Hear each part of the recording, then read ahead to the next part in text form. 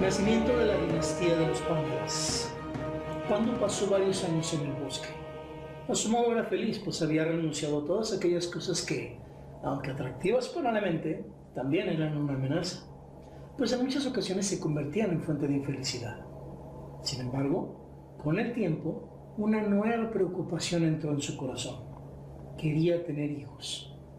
Había oído decir que un hombre sin hijos estaba condenado al infierno y esto le preocupaba mucho.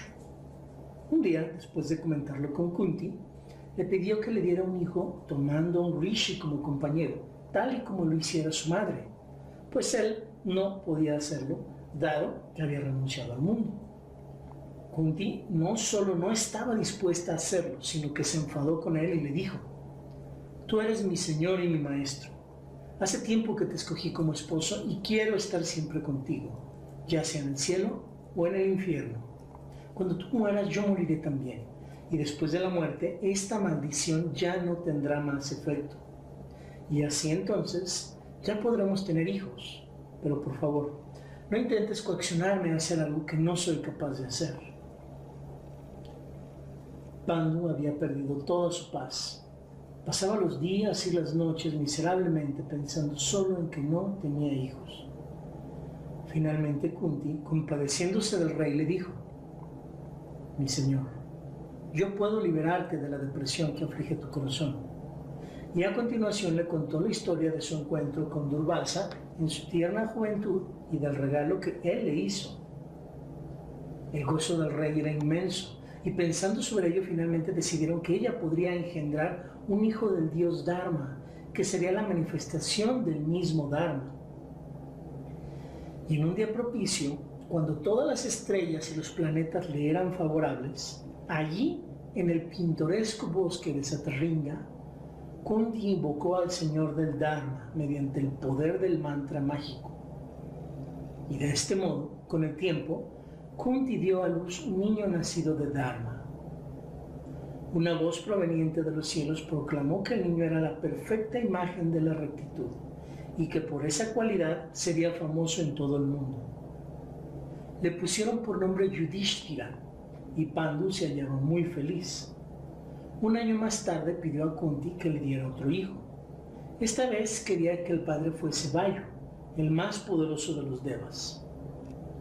Cuando la rectitud está respaldada por la fuerza, nada puede oponerse a tal combinación, dijo el rey. «Que así sea», dijo Kunti, e invocó a Vayu. Y así, con el tiempo, de ella nació un hijo fuerte. Entonces una voz de los cielos proclamó: «Este hijo será el niño más cariñoso y poderoso». A este niño se le llamó Bhimasena. Pero Pandu aún no se sentía satisfecho, así que le pidió a Kunti que le diese otro hijo. «Invoca a Indra», dijo Pandu. «Un hijo nacido del Señor de los cielos será en verdad la realización de todos mis sueños. Será muy justo y un gran hombre, un héroe invencible. Serás la madre del mayor de los héroes».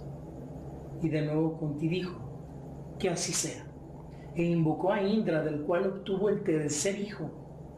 Y entonces la voz de los cielos dijo: «Este niño ganará para Pandu fama imperecedera. Será el conquistador del mundo entero. No habrá nadie como él».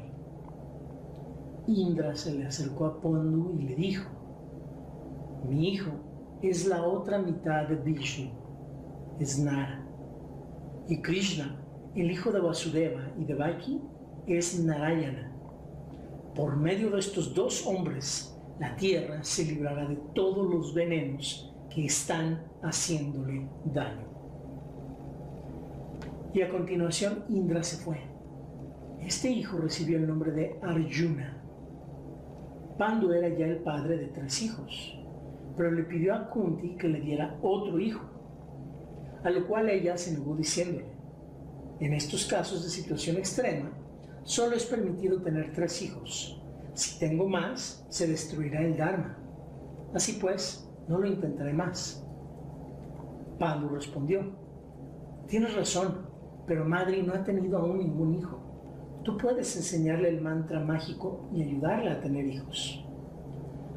Kunti aceptó con agrado la idea y le enseñó el mantra a Madri.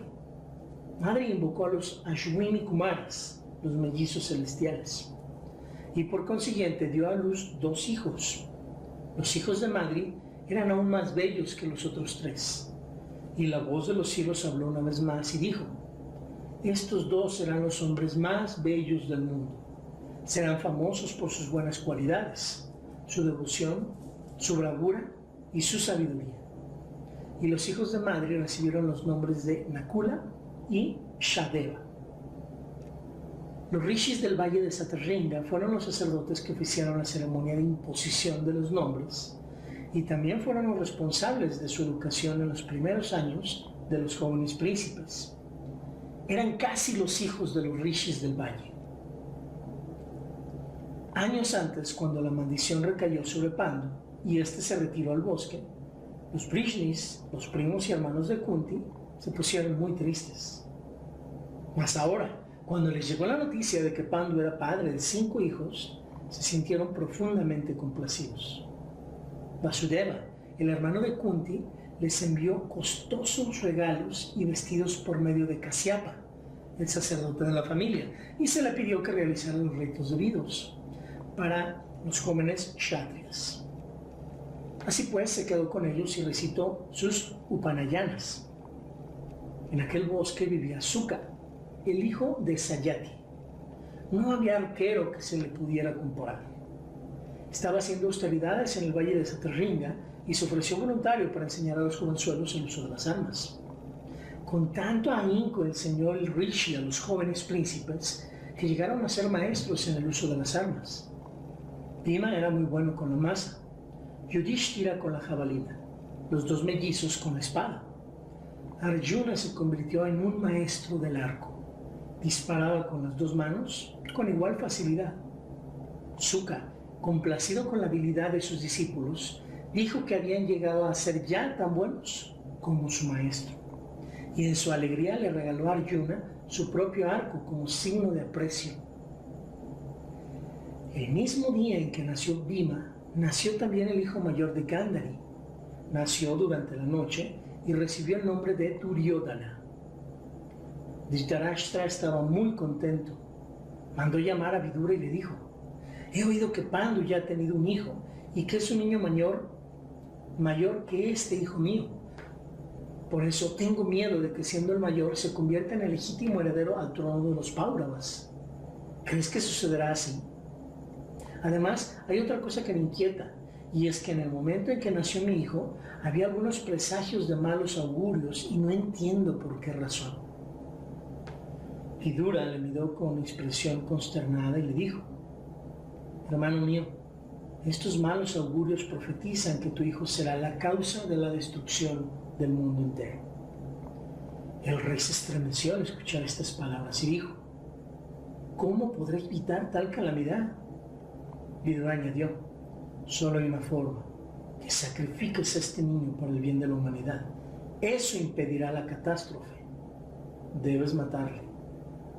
Los sabios dicen que alguien puede ser abandonado por el bien de una familia, que una familia puede ser abandonada por el bien de un pueblo, que un pueblo puede ser abandonado por el bien de una comunidad, y así sucesivamente. Incluso el mundo puede ser abandonado por el bien de salvar el alma.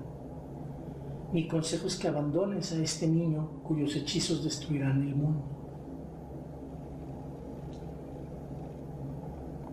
El pobre Dhritarashtra no podía hacerlo. Era su primogénito. No pudo aceptar el consejo de Vidura.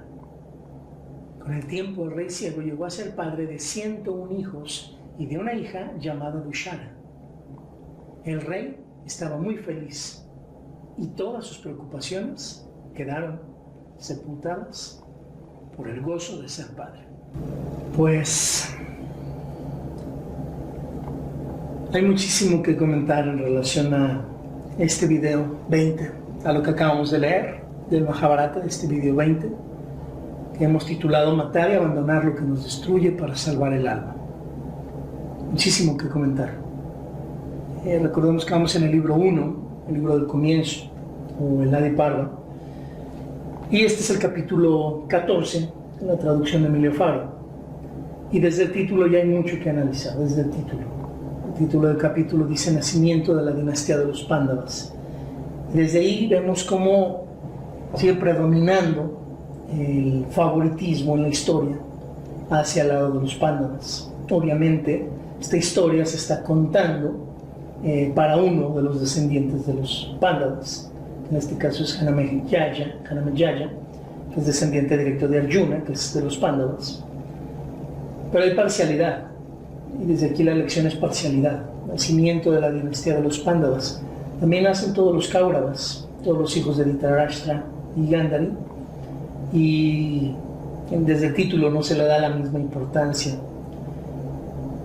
Y es el eterno retorno aquí de la estultitia, de la estupidez de Yadyati, de la estupidez de todos, muchos, no todos, pero sí muchos de los antepasados de esta dinastía donde recordemos ya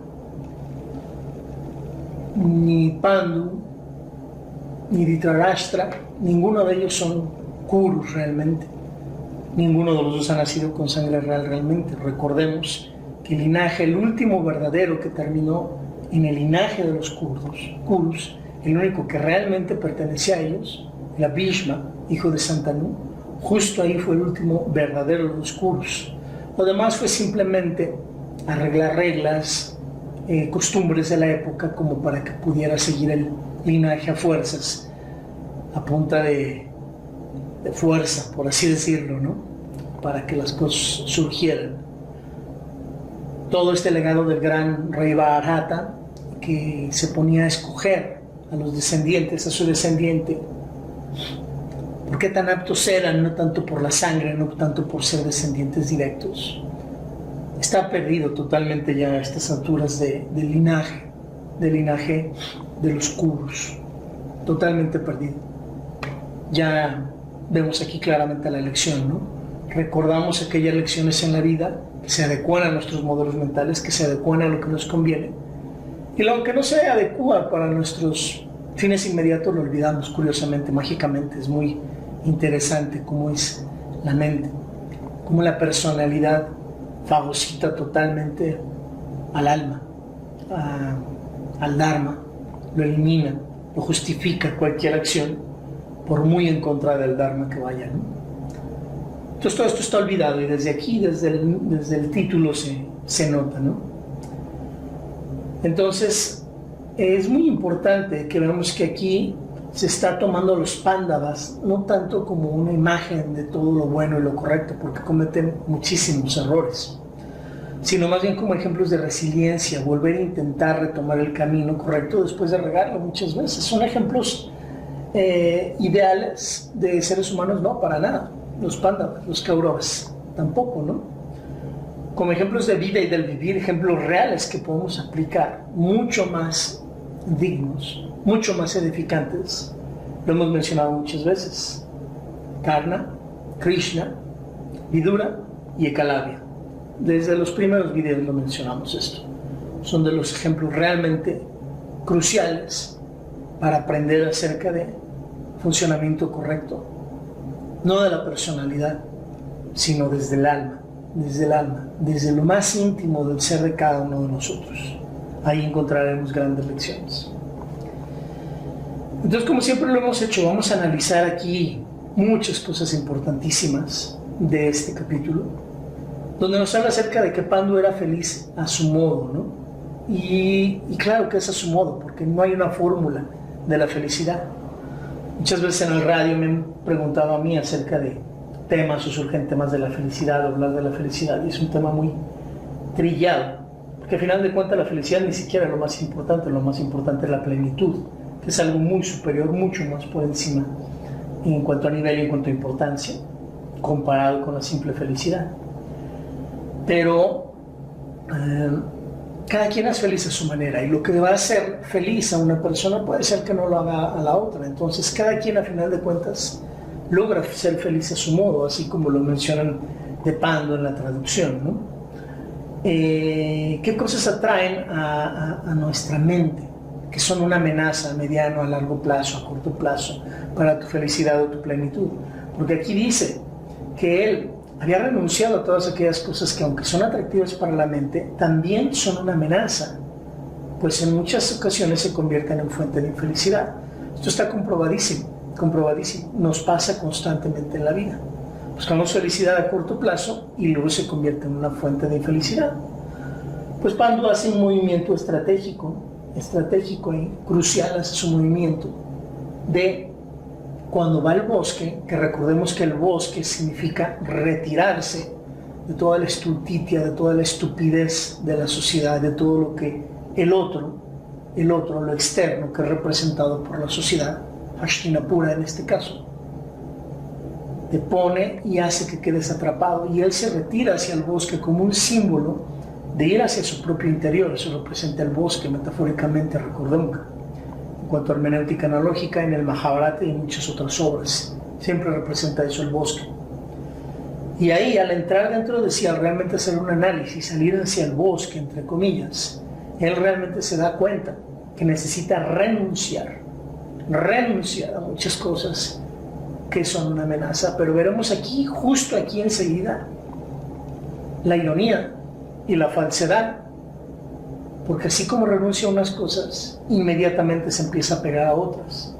Es un autoengaño, y muchas veces le jugamos ese tipo de autoengaño, así como Pando, que le encantaba andarse autoengañando, haciendo disque penitencias y manejos y resoluciones para estar bien y abandonar al mundo, y por otro lado empieza a hacer el tipo de cosas que vamos ahorita a analizar, ¿no? Pero tenemos que analizar el contexto de qué está ocurriendo mientras Pandu, Kunti y Madri están ahí, en el bosque, simplemente siendo felices a su modo. Pues mientras Kunti está encontrando la manera de ser feliz a su modo, hay un hijo abandonado que está creciendo y enfrentándose a la vida, consciente de que sus padres no son sus padres verdaderos. Radha, su madre adoptiva, y Adhirata, su padre adoptivo, tuvieron la fortaleza y el amor suficiente y la claridad para hablar con él desde muy pequeño, decirle que lo amaban con todo su corazón, pero decirle la verdad, que alguien lo había abandonado, que ellos nada más lo cuidaban, lo querían, lo amaban como un hijo, pero que realmente no eran sus padres de nacimiento. Y así, con esa verdad desnuda, con esa verdad que duele, Karna, mientras Kunti anda en el bosque cazando maripositas y tratando de ser feliz a su modo, junto con su señor, Pandu, ahí está el hijo, enfrentándose solo a la vida, con una herencia real, con una herencia de Kshatriya que le viene directamente del dios del sol, y eso totalmente oculto para él lo desconoce totalmente. Sangre real por el lado de su madre, porque era una princesa, sangre real por el lado de su padre, sangre divina, y él pensando que es simple y sencillamente un Suta Putra, Putra hijo, Suta, de casta baja. Y ahí vemos el poder que tiene una indicación incorrecta, el estar mal posicionado en la vida desde pequeño, todos los errores estratégicos que puede llegar a generar, terribles, tremendos. Le ocurrió a Karna. Por eso Karna está identificado en el Mahabharata como el héroe trágico, clásico, un personaje con el cual prácticamente cualquiera se puede identificar, cualquier persona que realmente ha vivido, ha luchado, ha sufrido y ha tenido que pasar a través de obstáculos. El personaje de Karna es ideal para encontrar ahí como un espejo que refleje muchas de las cosas que hemos vivido cada uno de nosotros en nuestras vidas. Pero eso está ocurriendo mientras Kunti está ahí en el bosque. Su hijo Karna está creciendo después de haber sido en su momento de su nacimiento literalmente botado, aventado al río como si fuera una basura. ¿Qué clase de padre biológico podría permitir tal bajeza? Pues lo sabemos. Surya, el dios del sol.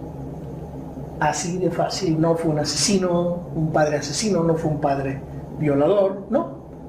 Un semidios. Un semidios es el que hace esto.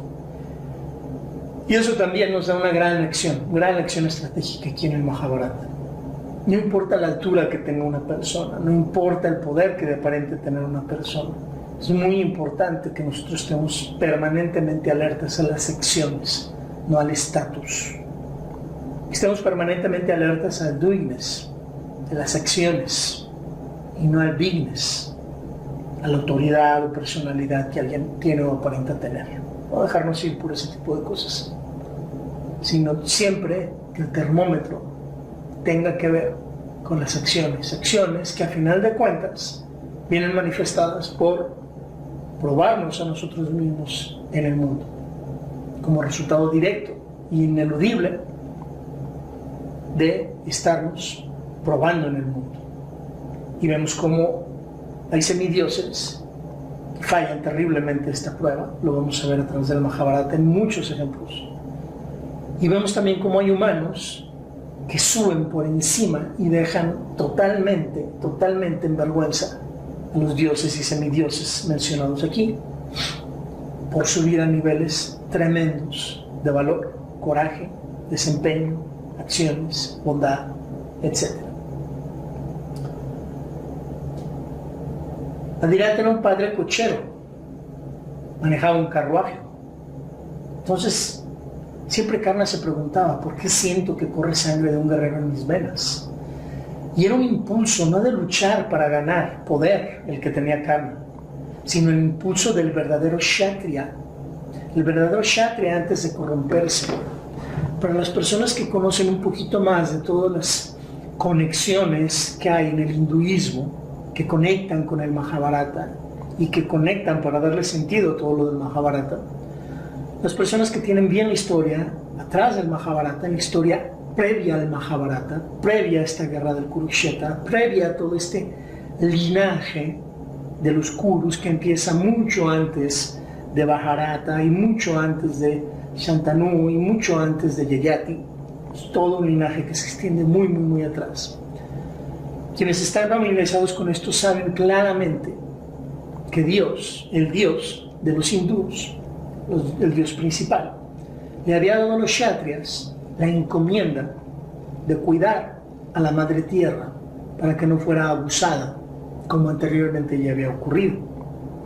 Y estos kshatriyas, por el poder que tenían y las habilidades como guerreros, como gobernantes, tenían ese poder y esa responsabilidad de cuidar a la tierra.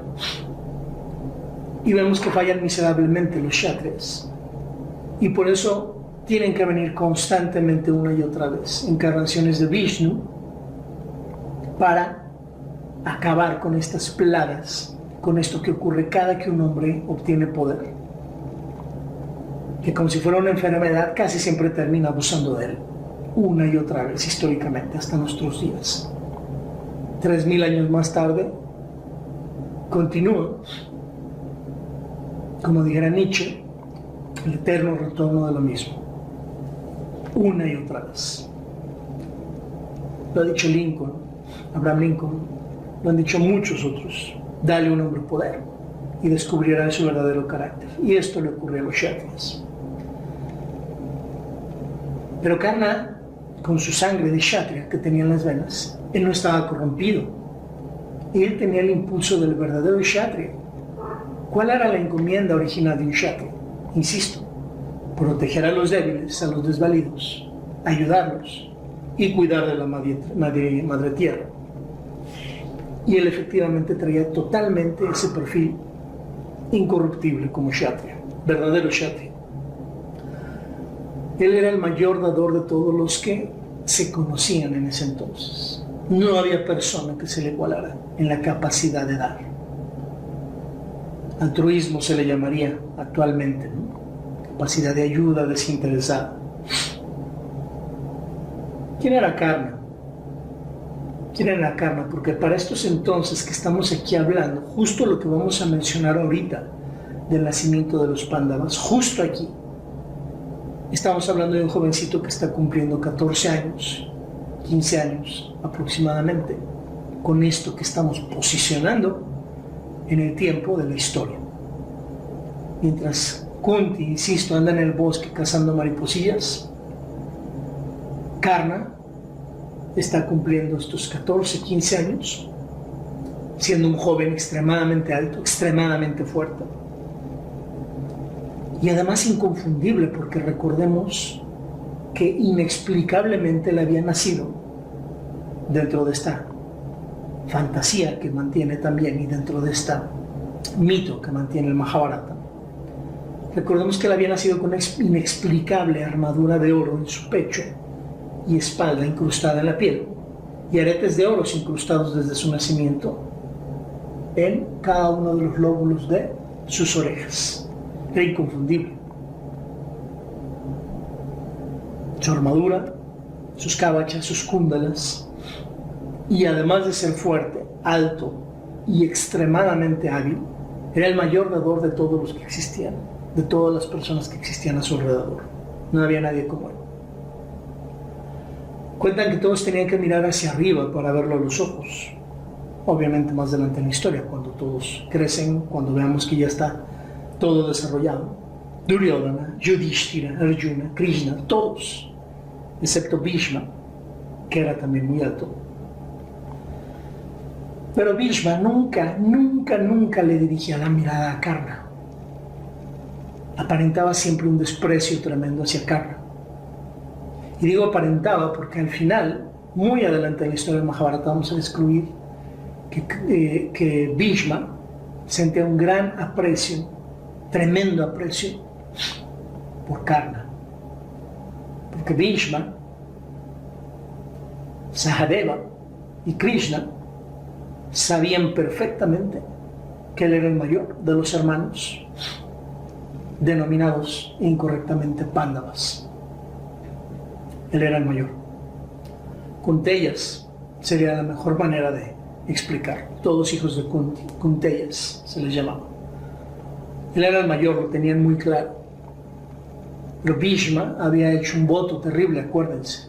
Él iba a proteger Hastinapura en contra de lo que fuera. Y él era, Bhishma, recordemos, alguien muy fagocitado y muy atrapado por las reglas. Tenía que guardar una imagen. Él había sido entrenado para ser el gobernante perfecto y estaba totalmente atrapado entre las reglas. Y el hecho de que él mencionara que Karna era el heredero del legítimo totalmente terminará de embrollar todas las cosas. Por eso nunca lo dijo y siempre le demostró, entre comillas, falsamente, un desprecio que nunca sintió hacia Karna realmente, nunca lo sintió. Entonces no lo miraba por amor, no lo miraba porque no era capaz de enfrentarlo, no era capaz de enfrentar todas las injusticias que se le habían hecho a Karna desde muy joven. Karna lo sabía, Bhishma lo sabía, Vidura lo sabía, Krishna lo sabía, Sahadeva lo sabía, y todos ellos guardaron un silencio estratégico, porque todos, absolutamente todos ellos, estaban atrapados, fagocitados por las reglas de la sociedad de la época, por las estupideces de turno, como podríamos mencionarles, ¿no? Las estupideces de turno reinando en ese momento. Y así se fueron incrustando injusticia tras injusticia tras injusticia sobre el personaje de Karna. Cuando no le llueve, le llovizna, diríamos aquí en México. Cuando no le llueve, le llovizna, ¿no? Era una tras de otra. Cuando no lo maldecía la madre tierra, lo maldecía su maestro, que le enseñó a pelear. Y cuando no le faltaba. No le faltaba. Pero lo veremos más adelante, como Bhishma, un día antes de la muerte de Radeya, de Karna, le revela que es un gran amor el que sentía por él, un gran aprecio por ser, por así decirlo, el mayor de sus sobrinos, el mayor de sus nietos, por así decirlo. El mayor de estos mal denominados Pándavas, mayor de todos los hermanos, Yudhishthira, Bhima, Arjuna, Nakula y Sahadeva. Él era el mayor. Y así, insisto, él está creciendo solo, solamente con el amor incondicional de sus padres adoptivos. Todos sabían que Karna era alguien muy especial, y si era tan especial, él se preguntaba, ¿por qué si soy tan especial? ¿Por qué si todo el mundo me dice que soy especial? ¿Por qué soy el hijo de un cochero? Y vemos como aquí Karna todo el tiempo estuvo tragado por las mentiras de la época, por las estupideces de la época. Y vemos aquí claramente cuando nazca Krishna, claramente como Krishna está libre totalmente de todas las estupideces de turno de la época. Vemos la moneda puesta a Karna, mientras Karna sufre y realmente está siendo atrapado y movido como adentro de un huracán por todas las estupideces sociales. Krishna, por ser quien es, la encarnación máxima y absoluta de Vishnu, no entra en ninguna estupidez de la época, está por encima de todo ese tipo de cosas. Y vemos como él no tiene, Krishna, absolutamente ningún problema con ser un simple cuidador de vacas, sin ningún problema. Porque Krishna tiene muy claro que lo que vale es lo que él es, no lo que él tiene. Y el ser hijo de alguien, el tener un estatus social, un reconocimiento, es algo no que se es, sino algo que se tiene. ¿Qué más está pasando mientras Pandu anda en el bosque ahí resolviendo sus dilemas mentales y viendo a ver si renuncia al mundo o mejor no, como veremos más adelante? ¿Qué más está pasando en el Inter? Al mismo tiempo que Karna está creciendo y tiene 15 años, al mismo tiempo que Pandu anda allá en el bosque, al mismo tiempo anda un brahman, un sacerdote, un sabio, frustrado y acomplejado y fuera de rol, totalmente fuera de rol, buscando venganza de un rey, de un antiguo amigo de él, llamado Drupada, el rey Drupada. Estamos hablando del rey Drupada y de su amigo de juventud, el Brahman Drona. Dos personajes importantísimos del Mahabharata. Y vemos como Drona, este Brahman frustrado y buscador de venganza, no parará hasta que encuentre su venganza y haga justicia según él, del gran ofensa según él que se le cometió. Entra Drona, conozcan a Drona, así de entrada, esta joyita de advenedizo, de convenenciero. Lo veremos cuando analicemos a fondo el personaje de Drona y veremos todo este claroscuro, toda esta luz y sombra que todos tenemos los seres humanos. Insisto, cuando hablamos así duramente de los personajes, no es para faltarle al respeto al Mahabharata, para nada. Mahabharata, si por algo estamos haciendo esta serie de videos, es por el gran respeto que le tenemos a este libro, importantísimo, y por la magnitud de enseñanzas que nos puede regalar. Pero analizando bien y sin miedo a cada uno de los personajes, sin ningún tipo de miedo y sin ningún tipo de parcialidad. Irnos más allá de los pares de opuestos y realmente ver lo que nadie se atreve a ver, que es la maldad. Es lo que las personas son incapaces generalmente de afrontar. La maldad, lo dañino que existe dentro de los corazones de los seres humanos, en mayor o menor medida. Entonces, al mismo tiempo está ocurriendo esto. Ubiquémonos. Nos habla aquí de que con el tiempo una nueva preocupación entró en el corazón de Pandu, quería tener hijos. Y bueno, aquí tenemos que hacer un muy buen análisis y para eso vamos a utilizar aquí la libretita. Ahorita en el video va a aparecer, vamos a hacer el video. Entonces vamos a ver una escala de motivación aplicada a Pandu, porque mira, en esta escala de motivación lo que está más alto es el Dharma. Justo abajo de la escala de motivación está el amor, justo abajo del Dharma. Abajo del amor está el sentido del deber. Abajo del sentido del deber está la convicción personal. Justo debajo de ella está el logro personal. Debajo de ella está la sobrevivencia física o salud corporal. Como una motivación inferior a la de la sobrevivencia física está el dinero, estar motivados por el dinero. Y la motivación más baja de todas es el miedo. Y toda esta escala de motivación de varios puntos no la voy a abordar aquí a fondo porque la he abordado en muchos otros videos, entrevistas de radio, televisión, en otros lugares, en otros canales de YouTube que tengo. La he realmente analizado muy, muy a fondo. No me voy a meter ahorita a analizarla porque nos llevaría horas, simplemente la escala de motivación. Pero lo que sí quiero es preguntarte, ¿dónde está Pando? Con lo que has visto en la historia hasta ahorita, ¿dónde está Pando en la escala de motivación? ¿Qué motiva a Pando? Y sobre todo en esta etapa de la vida donde está en el bosque. Yo te voy a decir qué es lo que le motiva. Le motiva la motivación más baja que existe, que es el miedo. Y no me lo estoy inventando. Aquí lo dice, justo aquí lo dice. Fíjense. Sin embargo, con el tiempo, una nueva preocupación entró a su corazón. Preocupación. Miedo. Había oído decir que un hombre sin hijos estaba condenado al infierno y eso le preocupaba mucho. ¿Cuál es la motivación? El Dharma, lo correcto, amor al prójimo, sentido del deber. Nada de eso es la motivación de Pando. Una convicción personal. Nada de eso. Nada absolutamente de eso.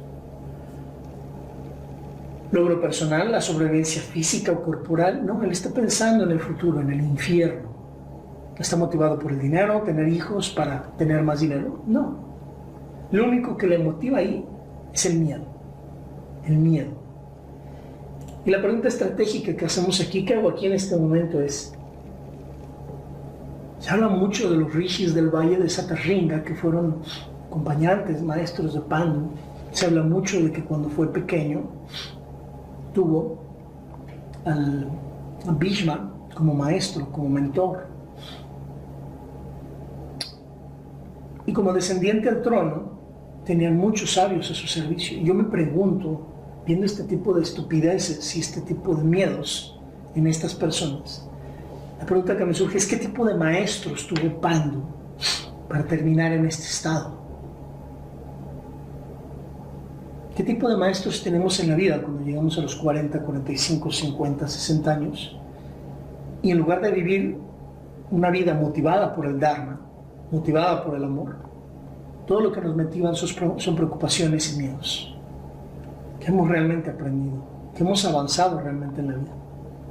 Esto es terrible, lo veo a diario en mi práctica privada, lo veo a diario, como una y otra vez ocurre. Personas de 40, 50, 60 años viven en un estado absoluto y constante de miedo, de enfoque en el dinero, preocupados por su salud corporal, donde están totalmente abajo en la escala de motivación. No porque estos 3 puntos sean malos, no voy a meterme a profundidad en eso, porque insisto, ya lo he hablado muchas veces en otros videos. No es porque sea malo, lo que es malo es mantenerse única y exclusivamente en esas motivaciones y no abarcar las más altas. Entonces es trágico, esta parte del Mahabharata nos ayuda mucho a analizar que no importa la posición que tú tengas, o en qué escuela estudies, o qué tan cara sea la universidad a la que tus papis te hayan mandado, no importa. Realmente eso no te garantiza el que termines tú en un buen estado de iluminación, conciencia, sabiduría, etc. No. Puede ser que tengas una maestría, doctorado, como muchos amigos que yo conozco que tienen grandes y altos niveles de estudio y no tienen absolutamente nada de sabiduría. Puedes terminar en esa postura. Habrá que analizarlo, porque así terminó Pando. Esto está motivado totalmente por el miedo. Y luego dice, analicemos esta parte, dice: un día después de comentarlo con Kunti, le pidió que le diera un hijo tomando un rishi como compañero, tal y como lo hiciera su madre. Pues él no podía hacerlo. Vean la hipocresía de Pando, dado que había renunciado al mundo. Esto no es cierto, no es cierto. Vamos a explicarlo. ¿Por qué tenía miedo? Hay una creencia antigua en el hinduismo de que si tus hijos no hacían tus ritos funerarios, tú te ibas al infierno. Ojo, esta es una realidad de esa época muy fuerte, lo creían realmente ellos. De hecho, ese es uno de los varios motivos elevados y desinteresados por los cuales Karna a futuro en la historia va a declinar a la posibilidad de ser rey de toda la tierra de los Kurus. El mismo Krishna le ofrece que sea el rey de toda la tierra de los Kurus, porque él es el hermano mayor de los Kunteyas, de los Pándavas. Pero uno de los motivos por los cuales él no acepta es por el amor que le tiene a sus padres. Y al él aceptar que su padre fue el dios Surya y su madre fue Kunti, en ese momento él inmediatamente deja a Adhiratha y a Radha, sus padres adoptivos, que recordemos, no eran fértiles, no tenían la capacidad de tener hijos por problemas de fertilidad, los deja sin ningún hijo que pueda hacer sus ritos funerarios. Entonces él, volviendo al tema de la escala de motivación, él, movido por una motivación altísima, que es el Dharma y el amor, renuncia totalmente al reino para poder hacer los ritos funerarios de sus padres. Entre ese hay muchos otros motivos que no vamos a profundizar ahora, pero en este momento viene al caso. Pero insisto en la hipocresía de Pandu. No es cierto que no podía tener un hijo por haber renunciado al mundo. Eso es poesía, eso es poética, que ni al caso no es verdadera en esta parte del Mahabharata. Él no había renunciado al mundo.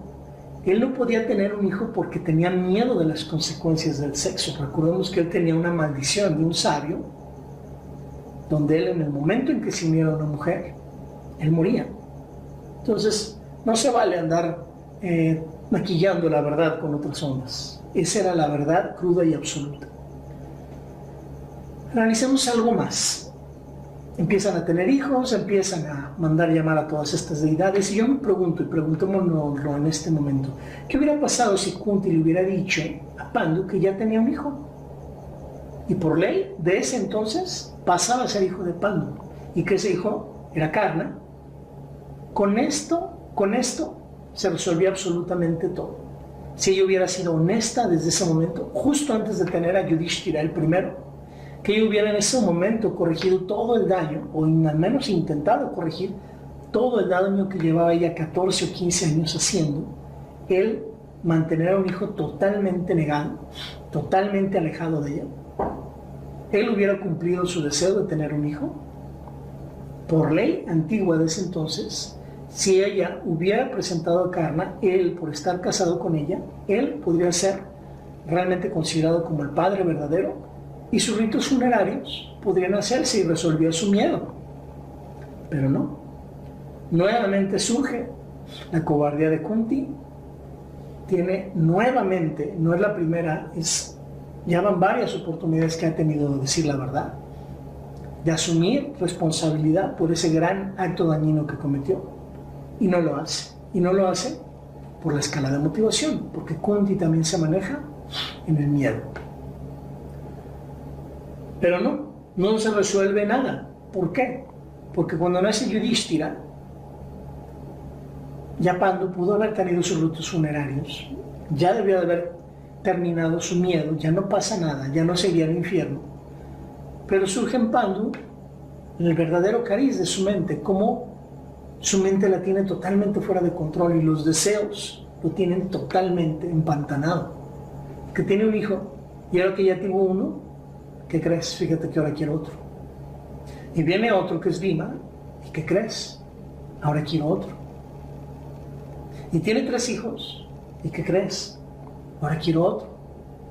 Y Kunti dice, no, ya no, porque había otras reglas que no vamos a profundizar en este momento, en esas sociedades, donde ya no podía hacerlo más veces Kunti. Y le pasan el mantra mágico a Madri, y ya iban otros 2 hijos, ¿no?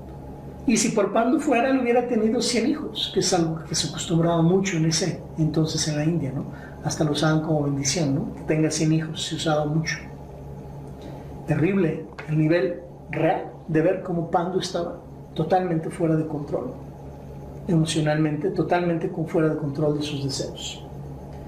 Es una enfermedad que pudiéramos llamarle yayatismo, de Yayati, uno de sus ancestros. Yayati nunca encontraba la medida, siempre estaba tratando de sacar ventaja y de abusar de sus hijos y de abusar de quien estuviera cerca de él. Yayatismo, lo asúrico, que si bien no existe esa palabra oficialmente, sí nos da a entender mucho, ¿no? Lo azúrico, lo sin medida, lo que no se da abasto, ¿no? Eso es lo que tiene Pandu realmente, y es terrible, terrible, terrible ver la realidad de cómo después de Bhishma todo el linaje empieza a corromperse de una manera terrible y no para con los Pándavas. Viene después Parikshit y bueno, es una cosa terrible también de repente.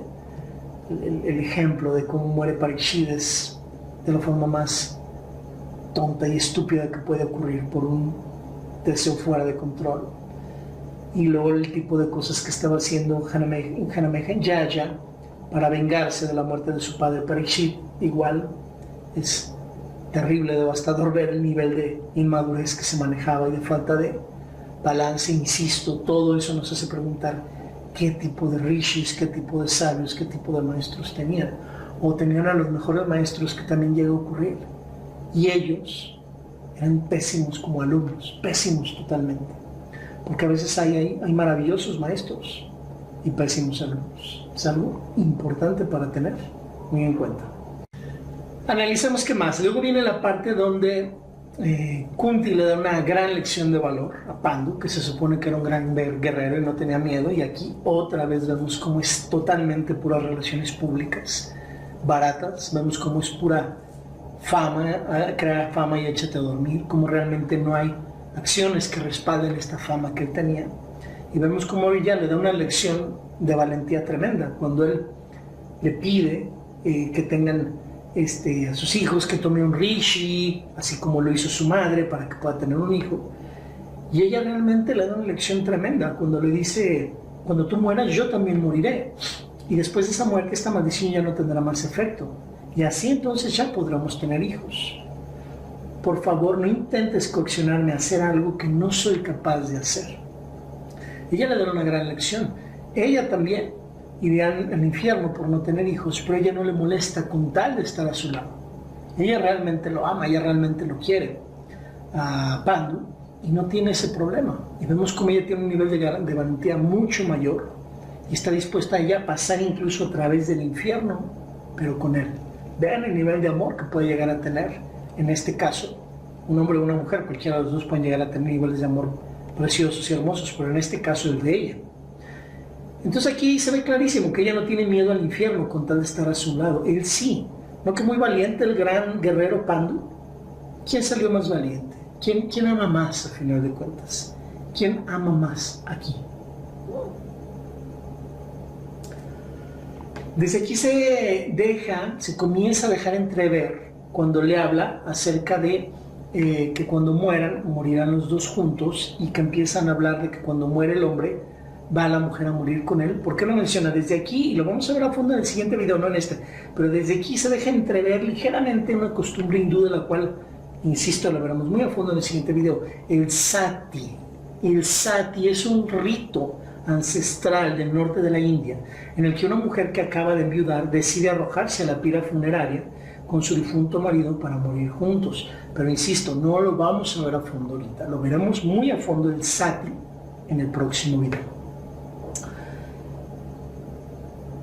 Y luego, cuando analizamos la parte donde dice que Pandu había perdido toda su paz y se pasaba miserablemente las noches porque no tenía hijos, ¿no? Analizamos esto. ¿Qué es lo que está ocurriendo aquí?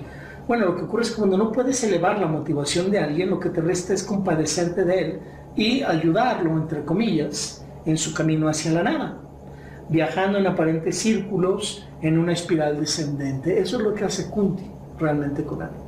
Ve que no tiene el valor, ve que no tiene la valentía, y bueno, ok, vamos a darte hijos, vamos a cumplirte tu caprichito, porque pues de otra manera no vas a salir de tu depresión. O sea, en lugar de enfocarse en todo este tipo de ir hacia el bosque, y realmente crecer espiritualmente, sigue enfocándose en sus miedos en lugar de crecer interiormente, en lugar de encontrar la realidad de él, del sí mismo, no de lo que la sociedad dicta, de las costumbres de la sociedad, de las maldiciones de la sociedad, de lo que te va a pasar si no haces esto o aquello. Vemos cómo él está totalmente confundido. Todo esto motivado por el miedo. Y insisto, cuando no puede ser, como ella no lo puede elevar al nivel de amor que ella maneja con él, de que a través del amor resuelvan todo y con la fe en el amor y el Dharma, no tengan eso como punto para resolver todo en su vida. Ella, y aquí lo dice, no me lo estoy inventando, aquí lo dice, finalmente Kunti, compadeciéndose, así dice, compadeciéndose del rey, le dijo, fíjense bien por qué accede. Como no puede mejorar su escala de motivación, termina compadeciéndolo y simplemente dándole por su lado. Pero hay algo más interesante que está ocurriendo aquí. No nada más es eso, no nada más es la compasión. Y aquí es donde empezamos a ver fuera máscaras, todo lo que representa máscaras, todo lo que representa apariencias. Allí también le toca el turno a Kunti, que ha demostrado tener muchas áreas de oportunidad, muchas cosas terribles en su personalidad, dentro de otras muy buenas que también tiene este personaje. Pero vemos algo muy importante que tenemos que entrever. Cuando Kunti accede a darle el mantra,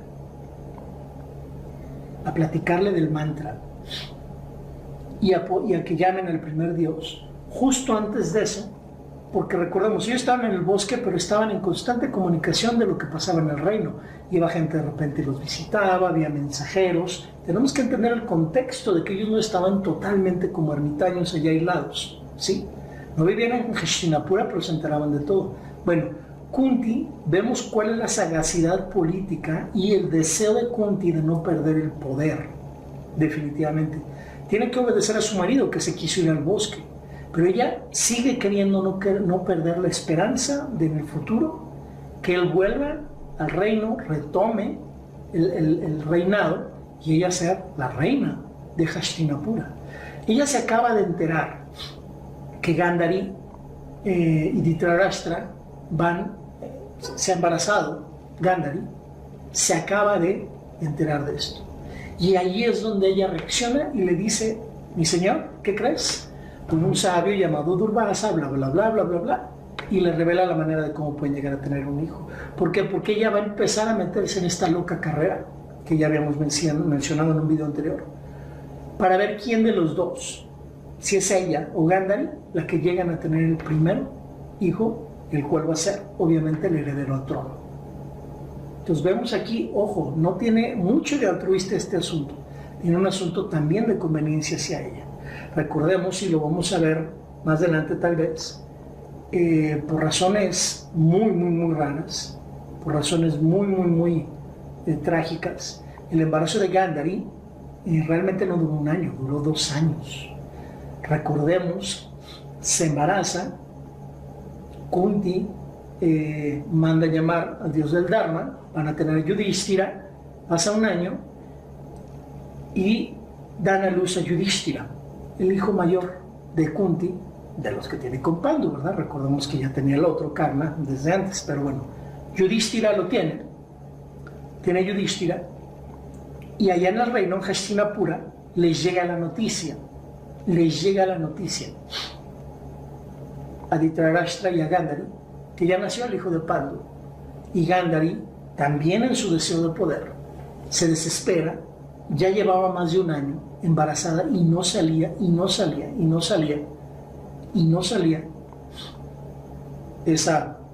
ese niño que ella tenía en su vientre. Y aquí no lo dice la traducción de Emilio Faro, pero lo dice el Mahabharata original y lo platico.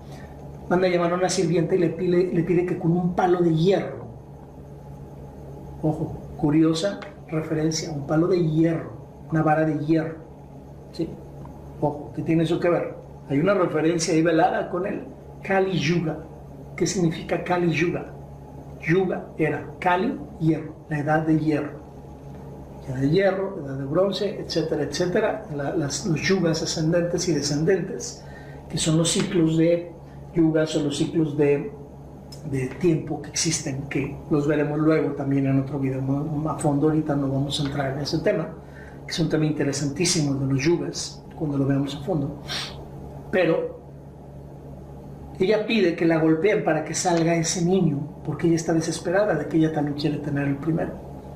Y la golpean y sale esa masa amorfa, que no es un niño, es una masa no viva, amorfa, de algo raro. Y ella totalmente devastada de eso.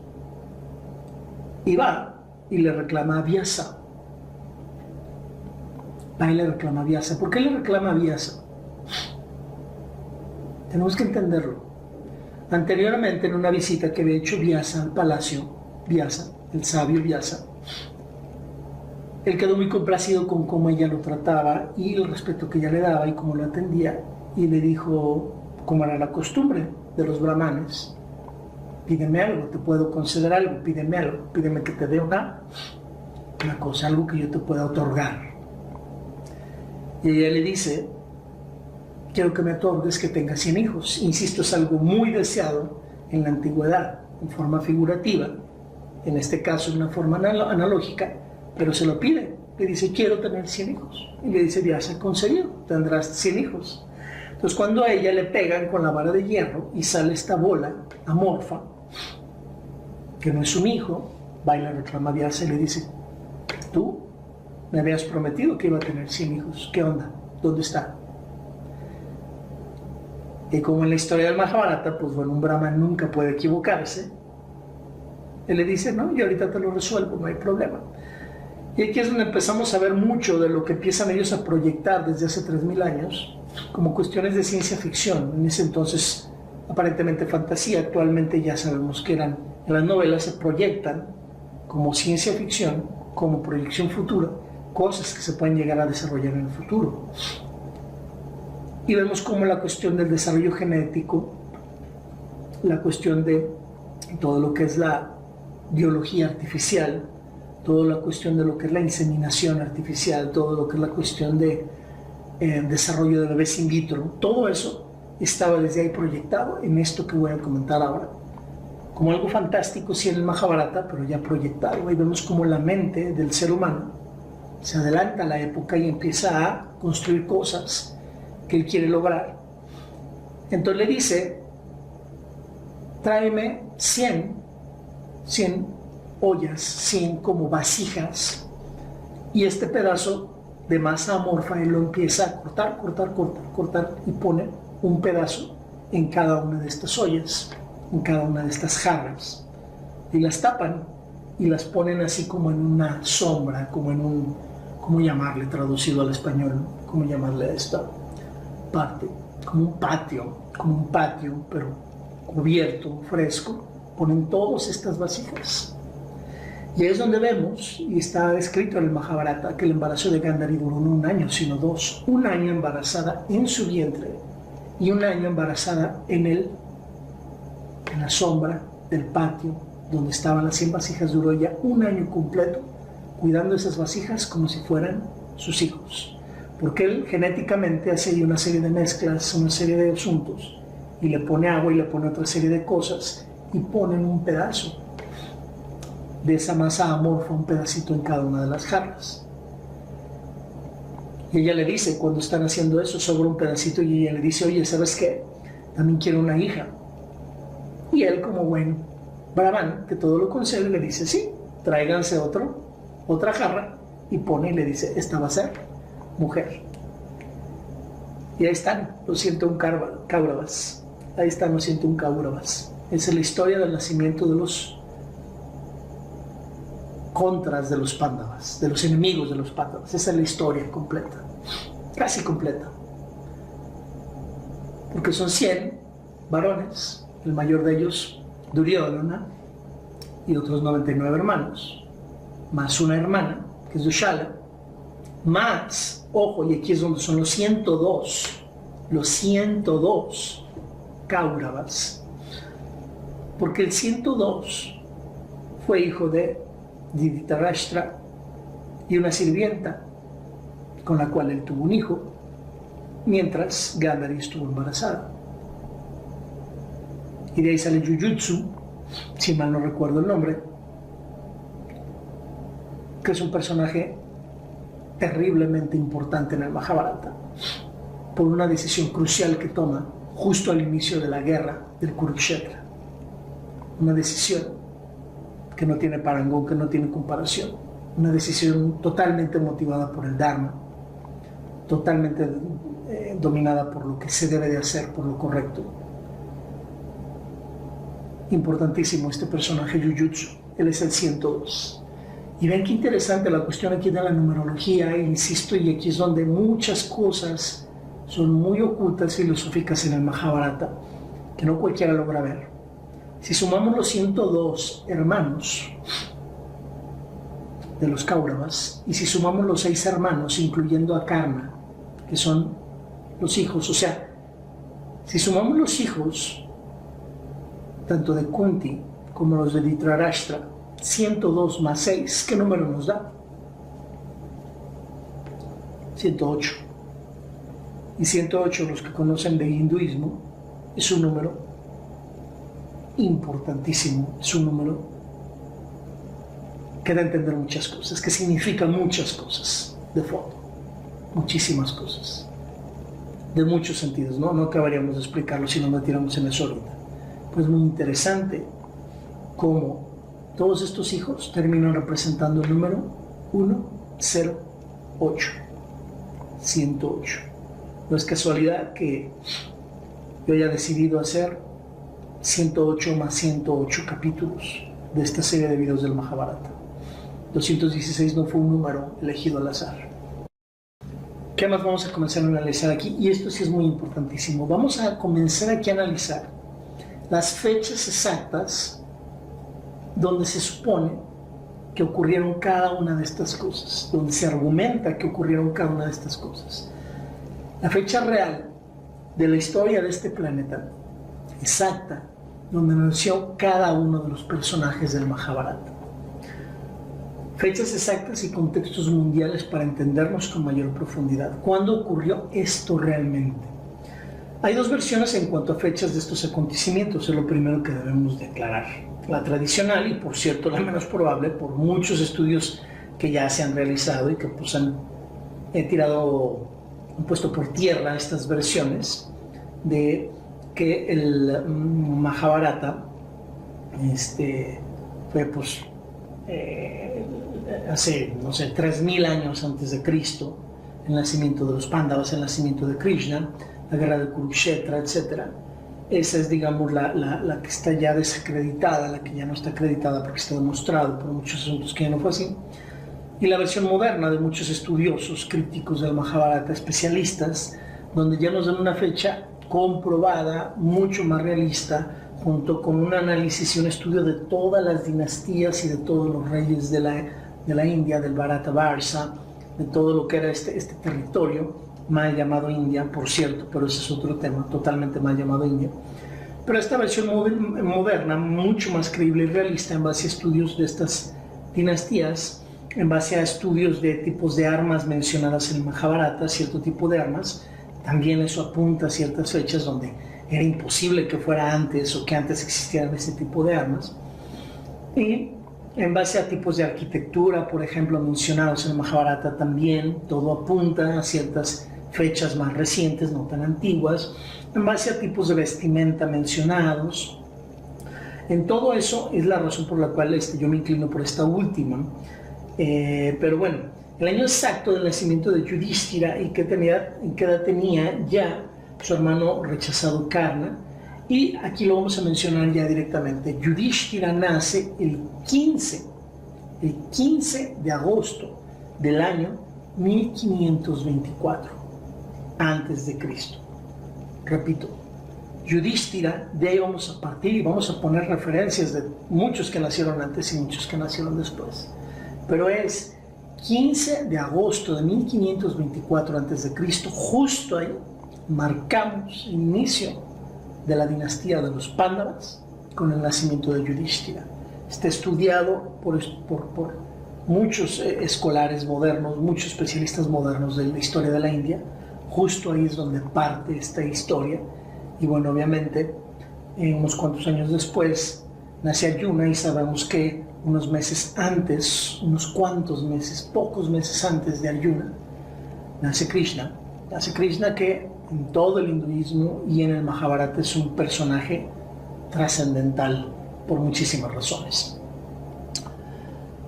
Entonces, para el día del nacimiento de Yudhishthira, su hermano mayor y primero de los Pándavas, de los Kunteyas, para mencionarlo más exactamente, Karna, tenía exactamente 16 años. exactamente 16 años. ¿Quién más tenía esa edad? ¿Quién más era 16 años mayor que Yudhishthira? Balarama. Balarama, que es hermano mayor de Krishna, 18 años aproximadamente mayor que Krishna, por lo tanto,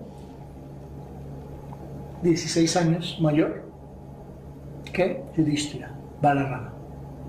Vemos aquí ya, con estas fechas que estoy mencionándoles, estamos teniendo contextos de edades, de contextos de muchas cosas, de fechas, de edades, de desarrollos de cada uno de los personajes, que es algo que en un libro pequeño del Mahabharata jamás va a venir, que en un libro intermedio del Mahabharata jamás va a venir.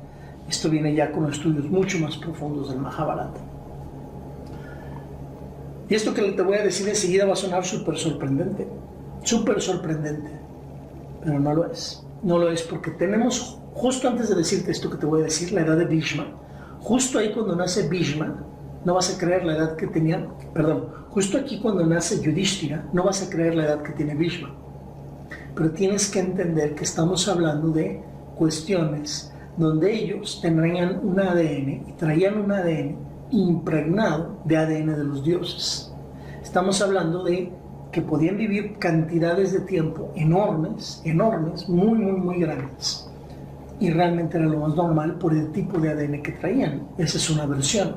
Y otra versión es, se menciona, y esto bueno, yo lo tomo tal cual como una información leída nada más, no tengo elementos para respaldar esta teoría, pero se dice que en el Yuga que fue anterior al Kali Yuga, en ese Yuga anterior, las personas vivían fácilmente de 100 a 140, 160 años sin ningún problema.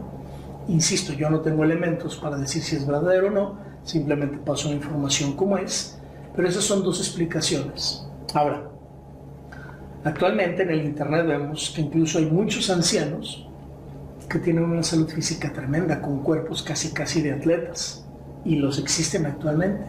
Entonces no está tan descabellado pensar este tipo de cosas que aquí se mencionan, aparentemente sorprendentes, pero sí, tomamos en cuenta el tema de los yugas y de cómo era más sano y más el nivel de vida en ese entonces, y tomamos en cuenta este factor de ADN divino, este factor de ADN, por así decirlo, con ingeniería de ADN, con una cuestión de manipulación de ADN incluso, podemos entender este tipo de duraciones de estos cuerpos con una salud física tremenda. Cuando nace Yudhishthira, Bhishma tiene 100 años, ¿sí? Escuchó usted bien. Recordemos que el Mahabharata es una historia, recordemos que es una hermenéutica analógica, es una explicación de otros aspectos filosóficos más profundos. Entonces, si alguien de ustedes dice, no hombre, esto es fantasioso, está bien, se puede tomar simplemente como una épica, como se tomaría algún relato de la Ilíada, la Odisea, no es algo científico, es algo que se debe de tomar como novela y punto. Pero en la historia como tal, para que ustedes tengan el contexto, no imaginen un Bhishma cuando nace Yudhishthira, no imaginen un Bhishma de 60, 70, 80 años, no. Estamos hablando de un viejito súper fuerte, súper atlético, de 100 años de edad, por toda la herencia de ADN que trae, fuertísima. Entonces vamos recontando, señores, faltan a partir de este momento, a partir del nacimiento de Yudhishthira, cuéntenle, faltan exactamente 25 días, 5 meses y 127 años, cuenta regresiva, 5 meses a 127 años para el inicio del Kali Yuga. ¿Cuál es el evento? ¿Cuál es el incidente específico históricamente en el Mahabharata donde dicen aquí comienza el Kali Yuga? Es un incidente y es muy específico y no hay dudas, está clarísimo, está mencionado. Es el momento en el que muere Krishna, el momento en el que Krishna deja su cuerpo físico, por así decirlo, y abandona este mundo. Justo cuando Krishna abandona este mundo, muchos años después, varios años después de la guerra del Kurukshetra, cuando él deja este mundo, cuando los Yadavas, la raza de la que él venía, cuando los Yadavas pelean entre sí, se despedazan y se autoacaban entre ellos mismos, entre sí, Balarama, su hermano mayor y él, ven toda esa destrucción y simplemente se dan cuenta que es el momento de partir. Han realizado su misión a la que vinieron, hicieron lo que tenían que hacer y simplemente dejan sus cuerpos mortales y se van. Entonces, insisto, 25 días, 5 meses y 127 años a partir del nacimiento de Yudhishthira es lo que resta. Cuenta regresiva. Esto es lo que vamos a describir en gran parte en el Mahabharata. Estos próximos 127 años, desde que nace Yudhishthira hasta que empieza el Kali Yuga y más allá. Porque el Mahabharata no termina ahí. Termina incluso qué pasa cuando los Pándavas llegan al cielo, e incluso la parte de, ya dijimos, los descendientes de Arjuna, Parikshit, Janmeyaya, etc. Todo eso viene incluido. Es una historia, ya lo hemos repetido hasta el cansancio, larguísima. Entonces, ese es el instante donde el dios Vishnu, en su encarnación de Krishna, deja su cuerpo mortal, muere bajo un árbol en un bosque. Allí, un cuerpo siendo abandonado por la esencia espiritual, por la esencia divina de Vishnu, justo ahí, ese avatar, ese descenso, al terminar ese descenso y al ascender nuevamente, justo ahí empieza el Kali Yuga. ¿Qué más podemos analizar aquí? Ya hemos analizado muchas cosas, pero bueno, el video da para eso, el tema da para eso. Tenemos que tener información y hay muchísima que dejamos fuera, pero bueno, metemos lo más fundamental que podemos comentar acerca de esta parte del Mahabharata. Entonces, dice aquí una declaración importantísima que dice Pandu, que es muy importante porque es aplicable a nuestra vida diaria. Dice: cuando la rectitud está respaldada por la fuerza, nada puede oponerse a tal combinación.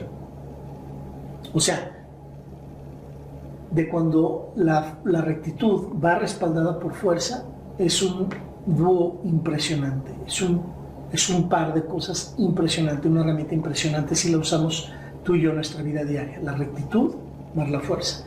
Hay personas que son muy rectas pero no tienen fuerza. No se van a lograr cosas así. Hay personas que tienen muchísima fuerza, pero totalmente por el camino de la no rectitud. Tarde o temprano terminas mal. Pero cuando la rectitud va acompañada de la fuerza, que es lo que representa Yudhishthira, por un lado la rectitud, y Bhima, por otro lado la fuerza, recordemos que ellos dos representan cosas. Otra cosa que representa Yudhishthira, además de la parte ética y la parte del Dharma, es la parte del Bodhi, la parte iluminada, la parte consciente, la parte despierta de lo que es la conciencia humana, el Bodhi. Eso representa, ya hablando de los sistemas filosóficos específicos, de los 5 sistemas filosóficos que mencionamos en el video número 1, donde explicamos esta serie de videos, lo que representa. Y recordemos que Bhima, el hermano que sigue después de Yudhishthira, representa la parte de la fuerza, la parte física, la parte muscular, los músculos, la parte músculo del cuerpo. Eso representa a él, y Arjuna representa el equilibrio y muchas otras cosas más, y así sucesivamente. Cada uno de ellos representa algo.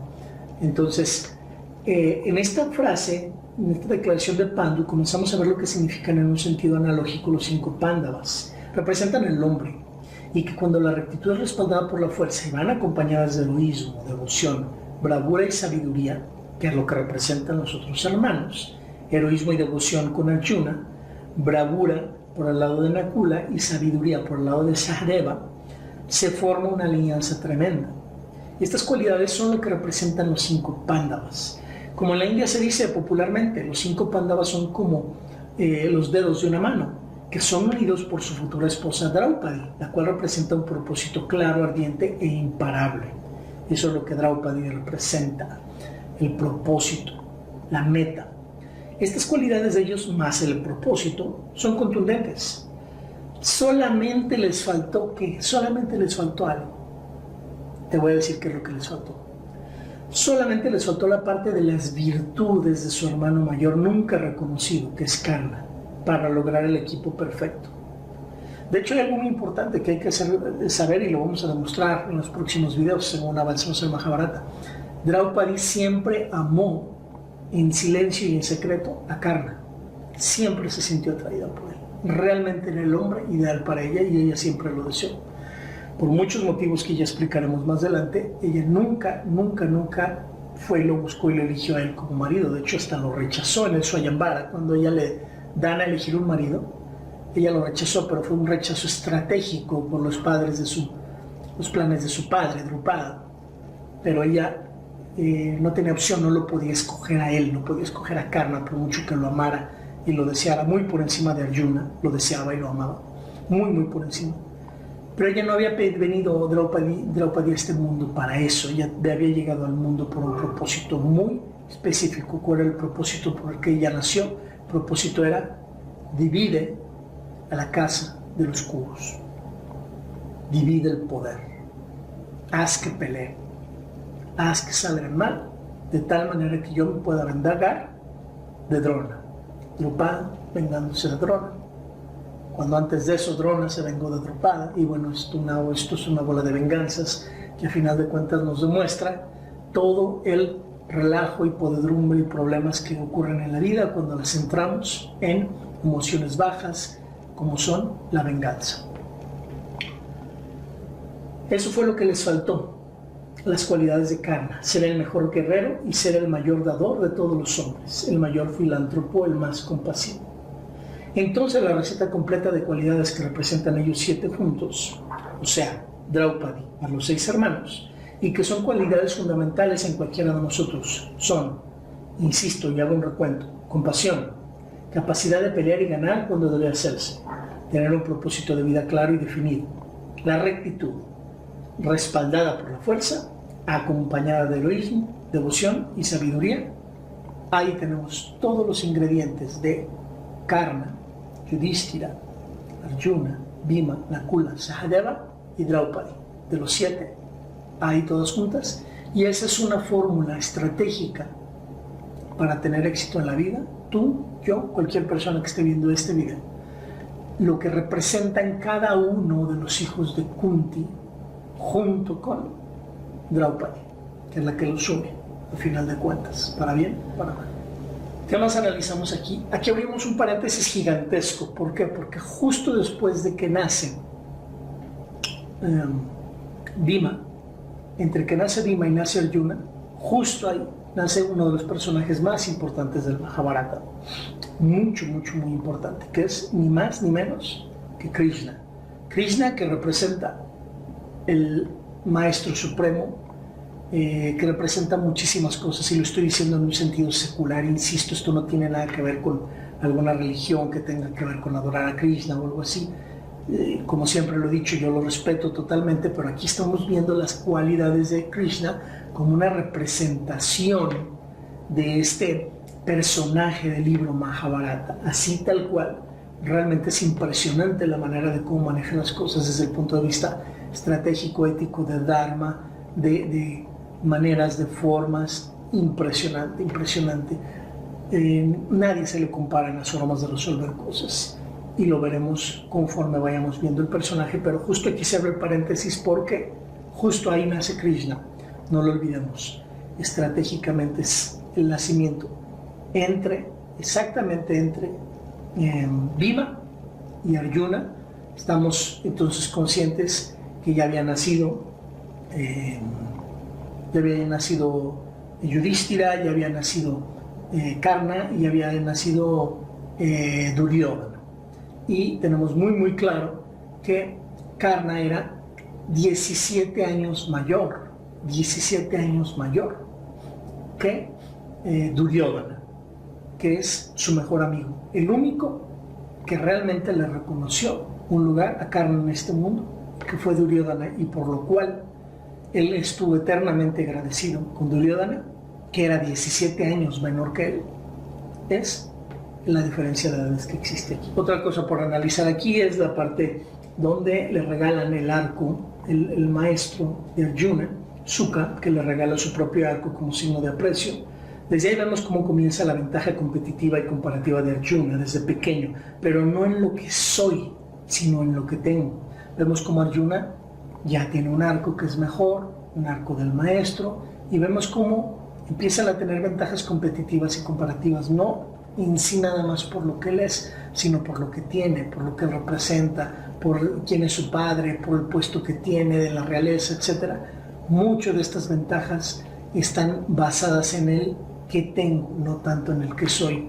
Hay que tener mucho cuidado con eso. Entonces, eso hay que reflexionarlo. ¿Qué más reflexionamos? Mientras tanto, mientras los Pándavas estaban en el bosque siendo enseñados por Shuka, en Kripa, en Hastinapura, enseñaba a los Kauravas lo mismo, el arte de la guerra. El arte de la guerra le era enseñado a los Pándavas en el bosque, el arte de la guerra le era enseñado a los Kauravas en Hastinapura. Shuka se lo enseñaba a los Pándavas, Kripa se lo enseñaba a los Kauravas. Y la pregunta que yo hago es, ¿quién diantres durante todo este tiempo les enseñaba el arte de la paz? ¿Quién?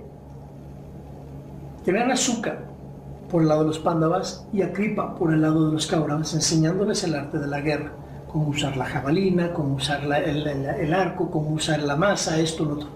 ¿Y quién les enseñaba el arte de la paz? Entonces vemos cómo aquí se polarizan las enseñanzas, se polarizan las cosas y se deja el otro extremo totalmente en la sombra, ¿no? Como diría Jung. Y mientras todo esto ocurre, el nacimiento de los Pándavas, el nacimiento de los Kauravas, ¿qué más ocurre? La otra cosa que está ocurriendo es que hay un tío, en este caso Shakuni, que ya hemos estudiado y ya hemos platicado su historia. Shakuni, un tío emponzoñado del corazón, también con deseos de venganza, porque le mataron a su padre y a todos sus 100 hermanos, viendo y tramando la manera de dividir también a Hastinapura. Eso está ocurriendo también en este momento. Está ocurriendo que se empiezan a desarrollar enemigos sin que uno se dé cuenta. Esta es una enseñanza importante de esta parte del Mahabharata. A los Pándavas todavía ni los conocen y ya hay un tío, el hermano de Gandhari, tramando por destruir completamente a la casa de los Kurus, sin importar quiénes sean los Pándavas, si son buenos, si son malos, si son dignos, si siguen el Dharma, si no lo siguen. Eso no importa. Lo que importa él es su deseo de venganza. Esto nos habla mucho acerca de la vida actualmente en este año 2017, cómo se manejan las cosas. ¿Cuántos seres humanos, cuántas personas no están viviendo única y exclusivamente motivados por el deseo de vengarse? Esto es importante reflexionar. ¿Y qué más está ocurriendo? Tenemos un abuelo entre comillas, Bhishma, estamos hablando de Bhishma, tenemos un abuelo atrapado en su promesa, tiene que seguir atado al trono, cuando ya desde hace muchas décadas su vida era solo, y lo cito, palabras del mismo, que ya hemos visto en otro video. Ya nada hay, dijo Bhishma, que parezca valer la pena, He conformado mi vida a un esquema de blanco y negro. Ese es el abuelo, atado al trono, sin ser rey, siendo el mejor, preparado para ser rey, nunca pudo ser rey. En este contexto del tío buscando venganza, del abuelo, que ya vive en un esquema de blanco y negro, en todo este esquema se empieza a manejar y a construir esta historia de los Kauravas y de los Pándavas, que es el choque final de toda una serie de aciertos y errores que han ido descendiendo a través de las generaciones. Por eso el Mahabharata es una historia de tu vida, de tu propia vida, de mi propia vida. Porque sí o no, todas las historias en el mundo actualmente, todas a final de cuentas no son miles y miles de historias familiares, ancestrales, en un árbol genealógico, todas descendiendo hacia abajo hasta llegar al tiempo presente, al momento actual. Todas es lo mismo, son historias finalmente familiares y de la relación de esta familia con la sociedad que le rodea en cada uno de los momentos históricos. Por eso el Mahabharata es exactamente tomando la línea de los descendientes de Yayati, tomando la línea de los descendientes de Bharata, tomando la línea de la descendencia de Shantanu, nos da a entender cómo toda la sociedad va bajando a través de núcleos familiares, miles y miles de núcleos familiares, que luego se revuelven y forman la población humana, a final de cuentas.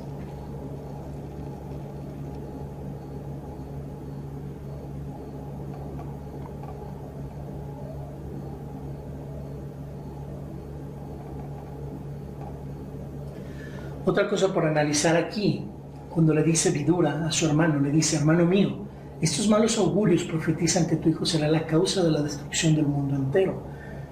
¿Qué analizamos aquí? A futuro en la historia lo vamos a descubrir. Duryodhana fue una herramienta de destrucción de todo aquello que tuviera voluntad de alinearse con adharma, con lo adármico, con lo que no se alinea a lo que realmente va a traer riqueza, mérito, liberación, etc. Con todo lo que no es correcto. Duryodhana fue simple y sencillamente una pieza en el ajedrez de otras personas, y eso lo vamos a demostrar claramente según se vaya desarrollando la historia. Duryodhana de origen no era una persona mala, era una persona que fue totalmente tragada por la educación mala que le dio su padre, por todas las metas que le impuso su padre, por todas las enemistades que le fue sembrando su tío Shakuni. Fue una víctima por no tener tecnología y habilidad para manejar lo que el otro, lo que lo de afuera representado por su padre, por su tío, le llegaba. No lo pudo manejar y por lo tanto quedó tragado y se convirtió en el malo de la historia. Sin serlo, se convirtió en el malo de la historia. Por eso, Duryodhana fue siempre una herramienta de destrucción, un triste peón en el tablero de ajedrez movido por su tío, por los dioses y por su padre. Duryodhana nunca pudo matar al ego y llegar al sí mismo. El que ya venía así, el que sí venía así desde origen, era Krishna, con un ego totalmente matado y totalmente iluminado y totalmente despierto en sí mismo. Vemos ahí las dos polaridades, totalmente una alejada de la otra. Duryodhana representando no solamente al ego, sino incluso a la falta de capacidad de quitarse lo que la sociedad te pone negativo, la falta de capacidad de liberarse de eso, totalmente fagocitado, totalmente enfermado por lo que la sociedad te da, y Krishna, que está totalmente liberado de absolutamente todo ello.